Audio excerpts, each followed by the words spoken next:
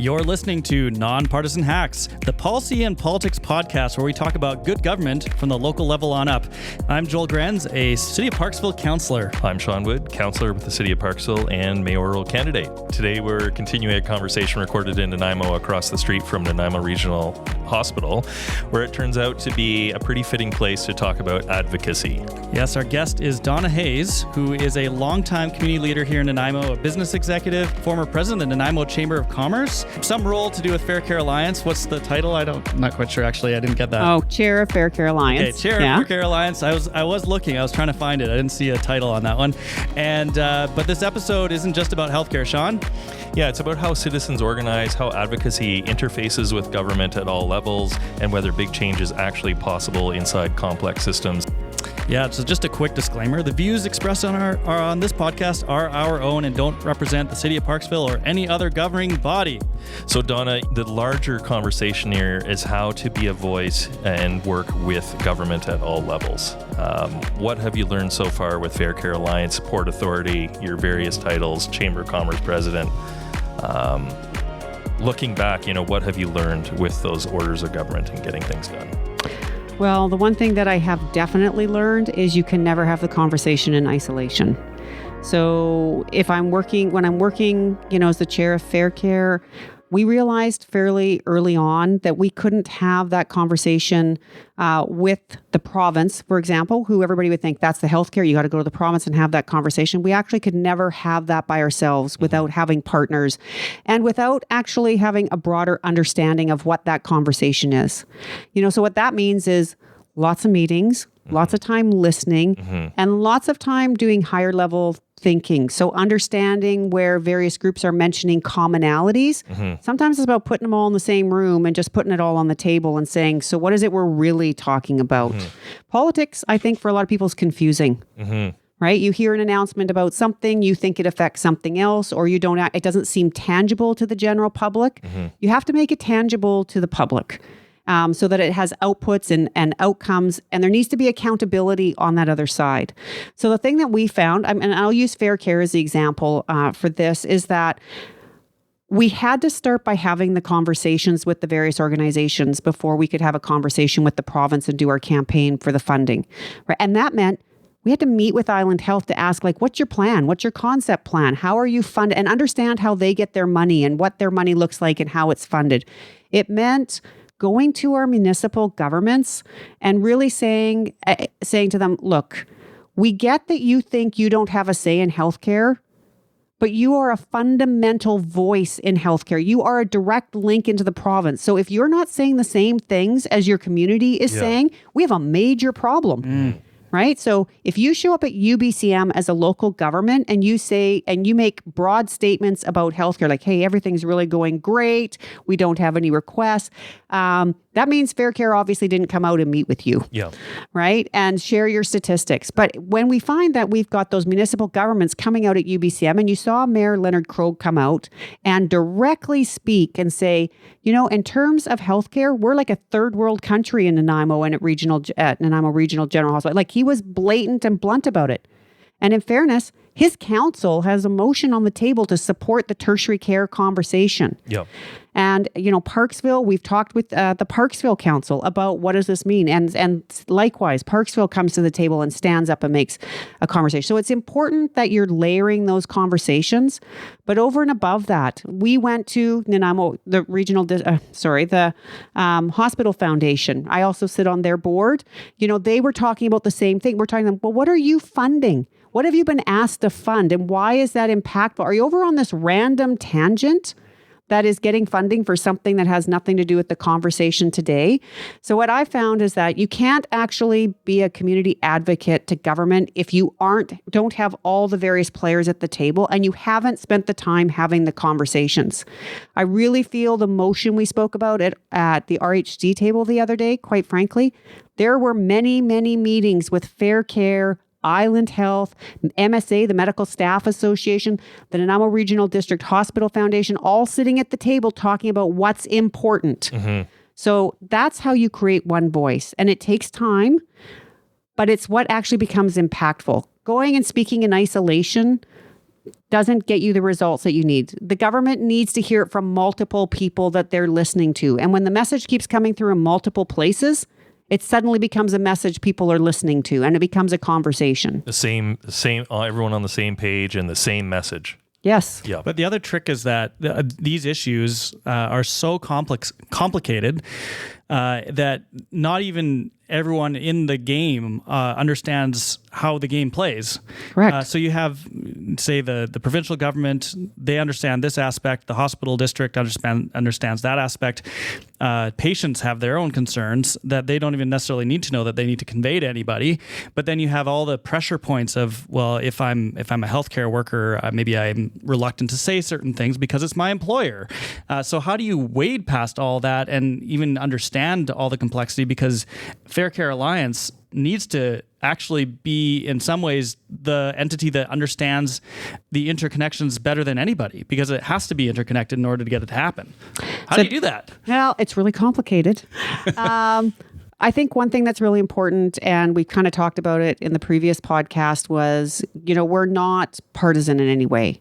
So we don't actually want to have a conversation about what a person's view of politics is. That's not what we're doing. Or a specific party. Right? We are talking about community and community values and what's important to community. And you're right. There's conflicting messages coming from all different directions. And how do you kind of get everybody on the same page? You have to get everybody to care about the same thing. And that is being persistent and tenacious with the conversation, right? And when you get the pushback, you can't back down. I cannot tell you some of the pressures that have come to Fair Care, where various politicians have felt like, well, you're being threatening, you're scaring the public. And we're saying, we're not scaring the public, we're informing the public, and the public's pretty angry. That's not fear, that's anger, right? And then how do you translate that conversation to a level where that level of government, you're speaking their language? And that's the other important thing. I can say that in my role as board chair for the Port Authority, I've noticed some really interesting commonalities when you have government conversations, right? And I often say this, and the Fair Care people have heard me say this when we go to Ottawa. There are certain topics you need to hit in the conversation. And if you have not addressed those before you arrive, don't bother showing up, right? And so it's really important to understand the language of the various organizations you're speaking to. And if you don't know that, it's hard to be at the table. And so, a lot of those languages speak around sustainability. Is your plan sustainable, right? What's your environmental impact? It talks about redundancy, right? Like, tell me this. Why do you think it's important to have redundancy in a cath lab, in a culture and a group of people who have just survived a pandemic? Do you think redundancy is important? Well, if you've got COVID going through the cath lab in Victoria and that's your only option with no redundancy, you're shutting down all healthcare, right? Redundancy is important. And also redundancy is important. It is. Redundancy is important. Sean, are you just going to say that? He's so hilarious. Yeah, no, I'm just going to leave that one there. So I think it's important, you need to understand what the government language is, and then you need to speak to that, but you need to speak to that from a nonpartisan perspective. We're not there to talk about, we're criticizing policy or bill whatever, or bill this. We're not there to talk about those things. Orange or blue or red or whatever. That's right. Yeah. We're there to talk about people. Because patients are people, right? And so for us at Fair Care, it's listening to lots of those conversations, understanding the language used at that level, whether it's the federal, provincial, or municipal levels of government, understanding their language, taking your story and putting it into the terms of those languages, and really measuring your story by those measurables. Like, is this redundant? Is this sustainable? How have you engaged with First Nations on what you're talking about? All of these pieces are important and critical to the whole. If you don't know that those are the questions going in, you won't succeed at the meeting. And nonpartisan is great because a large project, say Energy H, Patient Tower, $2 billion project, whatever it is probably going to go past a couple of elections. And it could be different colors in charge in Victoria or in Ottawa. And this conversation has to be a bit more timeless than the next election too. That's correct. Yeah. Well, and also the other piece is, end of the day, what you're casting is a vision for what could be and should be, and then you're trying to get everyone behind that vision. So maybe can you speak a little bit, now that you talked about, understanding what all the different perspectives are involved in this, how do you rally everyone behind that vision, and so that we can actually see that come to pass? Communication. That's what it boils down to, is staying in touch with the people whose voices that you represent, making sure that you're listening, making sure that you have your facts correct in that conversation. And so, it's been constant for us at Faircare. I am not, I hate to say this, I'm on a podcast, but I'm not a social media person. And so, but you have to understand that is what the public is looking for now, right? That's how they stay informed. Mm-hmm. That's how you engage the next generation. And so understanding that those are your venues to get your message out, but constantly communicating it. And then constantly getting that feedback. If you go on our Faircare Alliance page, you'll see that you can post your patient story there. And it's really important for us. We actually monitor all of those. And when someone needs a response, we're responding. And when we see that there's a particular story that needs that, where people are saying, I want to be heard, I need to be heard, we're giving them that opportunity. Mm-hmm. Yeah. And the vision is also such a critical piece to this, is what is it that we want to see for the community. And I think if you have a good vision, a lot of people are going to come alongside it as well. And so the communication then, I would say the communication, and, we work a bit in communications, the two of us, and it has been very effective. The website, social media, the ads are quite impressive. I think folks should check them out. They're in some ways shocking for Faircare Alliance, but they are, to your point, I think they're based on facts. Correct. And they're intentionally shocking because it's reality. And reality is not pretty right now. Mm-hmm. Right? I mean, the one thing I believe Faircare is now committed to is staying through the whole story. Right? Mm-hmm. So we're not just going to give you, we got the promise of the tower in the election. That's great. Mm-hmm. We're staying with the public. We're staying with the community to put, feet to the fire, literally, in any way that we possibly can, with every level of government that we possibly can. But we're going to be there to celebrate when the wins happen, right? And we're celebrating that actually with the RHD right now. I did a TV piece this morning. I did a radio piece this morning to celebrate those wins as a community. And we'll continue to celebrate. We're here for the whole story. Yep. So some of the nuts and bolts, you mentioned social media, website, ads. Are you doing news releases then? Like, how are you engaging the media in this campaign? So we have hired a campaign media relations person. Andrea Bava, she does a fantastic job. She helped create our entire media campaign. And she does our newsletter. They update our newsletter, and she does all of our press release pieces. So we did a formal press release with the RHD motion on the funding of the cath lab. We actually physically did a press release that goes out. Okay. And then there's also advocacy happening sort of using government relations firms, it sounds like. Correct. Do you want to get into that a little bit? Well, we're hiring lobby groups in Ottawa to represent us, and a lobbyist group on Vancouver Island to spread our message and bring those, as I talked about, those critical relationships together. And so we are hiring those outside sources to do that. And I should make it clear, Faircare does not receive funding from any level of government. We do not receive funding from any specific source. All of our funding is through donations of community, who to date have 100% financed our campaign. We've seen some doctors have testimonies here, which is great. And they kind of are boots on the ground that can explain to people what's actually happening in their day-to-day lives and explain the needs of things. How do you help them speak out? Because sometimes, we've seen that some staff at any level may be hesitant to speak out, especially if it's maybe with their employer involved. Obviously, you've worked through some of those issues because there's doctors who are definitely speaking out. Well, that's completely and totally correct, Sean. Every time you see a doctor in front of one of our cameras, I think it's pretty important to know that he puts his job on the line. He or she puts their job on the line. Okay. Our town hall in Noose had serious repercussions for our doctors who stood up and made statements. Okay. And, from their perspective, and I've worked with MSA, or the Medical Staff Association, over the last 7 years, and that's before Faircare started. And we started by just making presentations to the community about statistics. how many people, age of population, how many doctors in each of the tertiary programs. And that's how we started getting the message out before Fair Care completely formalized. And I think at this point, so many of our doctors and our nurses are so frustrated in working in infrastructure that is not adequate, providing thrombolytics instead of having a cath lab to send their patients to. The honest to goodness truth is each of those doctors cares about their patients. So it's a change of thinking. It's not them complaining about their employer. No. It's them advocating on behalf of their patient. It's them trying to create a voice. So Fair Care does provide that opportunities for those who want to stand up and talk about their patients, and not specific patients, but about the care their patients are getting and how those things can be changed. Those doctors have come forward, and Fair Care provides a platform and an opportunity for them to do that and to share those stories. You know, my office is right across the street from the hospital. It is uncommon for me to have a day when a doctor or a nursing staff doesn't stop in my office or stop me on the street to say, can I just talk to you for a minute? Can I talk to you about what's happening with, you know, I've had a patient pass away, or I've got a patient in trouble. I just need a shoulder to cry on. I need to talk about this.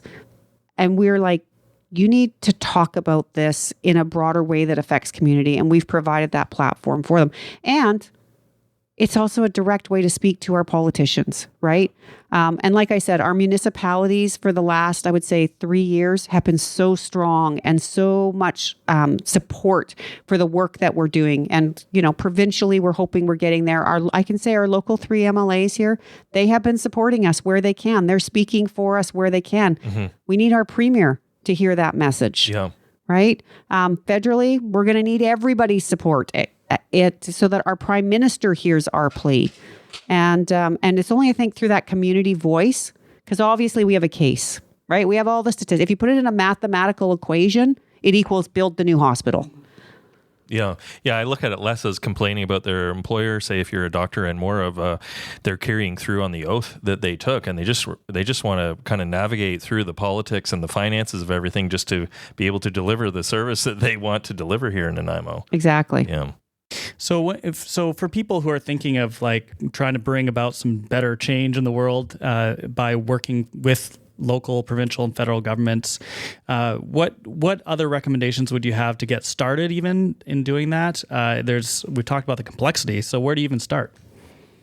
So you got to start the grassroots. I think that's what we found the most of our success about Fair Care. And we've had, you know, been at other tables where groups have said to us, hey, we want to talk about different topics, you know, whether that's homelessness or housing or opiate addiction, which these are all massive issues that in some way affect and are part of government conversations. And so lots of groups have come back to us and said, so like, how come Fair Care is having success on a healthcare conversation? And what I go back to is, so we are a grassroots organization that is nonpartisan, that has never asked any government to give our organization itself money. We have only ever asked government to invest in public infrastructure for community. That's all we've ever asked for. So we don't receive funding from them. So it comes back down to that grassroots piece. The other thing I'll mention is that when I'm contacted by other organizations because we are now getting calls from other communities across the province saying, okay, so what is it you're doing? Right? Like, how is it you're having a conversation where we're seeing stuff in the news and we're seeing, you know, premiers responding by making announcements? And the first thing I say to them is, so what are your relationships with your lateral organizations? So for instance, what is the MSA or medical staff relationship like with the Hospital Foundation Board? And often I hear, well, we don't talk to each other. Okay, I come back to communication. If you have a grassroots organization, you need to look laterally first at the organizations you directly integrate with, and you need to make sure you're having a conversation. So like I said, MSA started the conversation 7 years ago. Fair Care is only 2 years old. MSA started by getting out to the community. And guess what? Then we started seeing municipalities saying, hey, what's this conversation that you're having? Hospital Foundation came on board. Barney Ellis Perry, our CEO there, came on board right away and said, we need a healthcare ecosystem. Let's tie us together. And our ecosystem involves other groups like the university who's in town, like the school district, like the Port Authority. We're all part of this broader ecosystem to bring our voices together. And so that's really how we started. And my advice to other groups is you got to look grassroots. Be community driven, be community focused. The second thing is make sure laterally you're reaching out to those groups first so that when you do recognize and go to the next level, you're speaking with all of those voices. It's not one, it's not a voice in the dark saying, hey, we need a new hospital. It's actually a solid foundation of community saying, hey, we need a new hospital and we need it now. Same page, same message. Yeah, and you're coming at it from different angles. Do you recruit people to be part of the organization formally based on their having interface with the different entities that are lateral to the issue? That's how we started, yes, for certain. So, MSA has people there, Hospital Foundation has people there, the Chamber of Commerce business leaders have people at our table. So it's not just people from the medical field. We come from diverse backgrounds. And that's what makes us so much stronger because we each come from a different perspective. For sure. Right. And so, yes, it's a completely and totally diverse group of people who are trying to speak with one voice. Yeah, and then the nonpartisan piece allows you to rise above some of the daily to and fro and who's getting points on the board politically and make that into a broader conversation, but also is about the credibility of the organization then. So not picking sides, not picking horses, but just saying this is our issue and we're for the issue. We're not for winning some political election. We're just about speaking to the facts. We took some criticism from that, provincially in the last election. Various parties were like, hey, we want you to speak to the work we've done. We're like, no, that's not what we're about. We're about what the community needs. Yep. We're not looking backwards at things that have been accomplished in the past. We're looking forward. I mean, we're the 7th largest hospital in British Columbia, and we have a 62-year-old hospital. That speaks volumes for the amount of investment that's been directed here.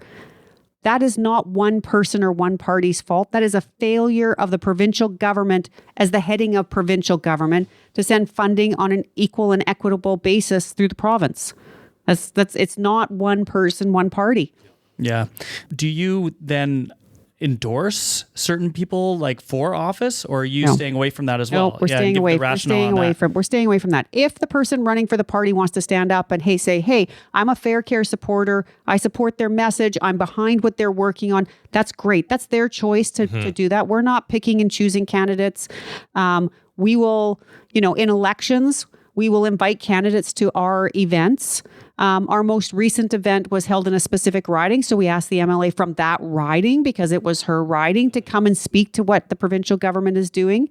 And so we try to follow proper protocol that way, but it's not based on party or the political, whoever is in political power at the time. Yeah, because I can see if Fair Care Alliance or any organization is having success communicating and getting a message through them, people may want to jump on that and be like, oh, I want to get some of their cachet. They've built up this good reputation, and I want to get some of that for my political end. So that's kind of a tightrope to walk a little bit there, I think, for an organization such as yours. It's been a huge issue for us, because you are correct. We get lots of people saying, hey, will you back us? And our answer is, no, we're backing our platform is fair and equitable healthcare for the people who live North and Central Island. And to be quite frank, we're actually expanding that, because if you take a look at healthcare overall, what we're doing at NRGH affects 1 million people, everybody living on Vancouver Island. If our patients are plugging up hospitals in Victoria, people in Victoria don't have access to care. No, that's a fair point. Yeah. That was your second joke for the day. That's very witty. That's that's all I got today. No, it's fine. Donna, this has been fantastic. Joel, do we have any other questions for Donna on this larger conversation? I think we forgot to mention that we did bring bread. You brought bread for Donna today. Yes. Your famous flaked, I forget the formula. Oh, it's organic. It's Saskatchewan flour from one organic farm. And then there's some flake salt on the top. And it's a recipe that I started kind of COVID and has kind of evolved since. And for some reason, I got a bonus loaf. So thank you very much for that. And also thank you very much, Donna, for sharing your insights. Yeah, I think a lot of people don't realize how much you need to do the things you're talking about, like collaboration, communication, understanding what are the roadblocks to issues from getting moved forward, and how do you remove those roadblocks. And you've certainly done the homework on that, and very much appreciate on behalf of all of, maybe the province, the downstream benefits of having more healthcare in our province, as we do have an aging population across Canada. And so really appreciate the work you're doing on that, and for the lessons that you've taught today. It's also a great topic that even if we get pushback on raising taxes, we really don't hear that people don't want healthcare. That is the one thing that, forget about, bridges or pools or anything else. Healthcare is almost non-negotiable, pretty much non-negotiable. So we really appreciate the advocacy work that you do, both in this area and also in this larger conversation about how to navigate through partisan politics and try to get things done in this world of government and community. Thank you. So one final thing is, where can people learn more about your projects and advocacy? Where should people go? We need healthcare. We need healthcare.ca. I think with that, that's a wrap on this episode of Nonpartisan Hacks. Donna Hais, thank you very much. You're amazing. Until next time, everybody, take care of yourself and your community.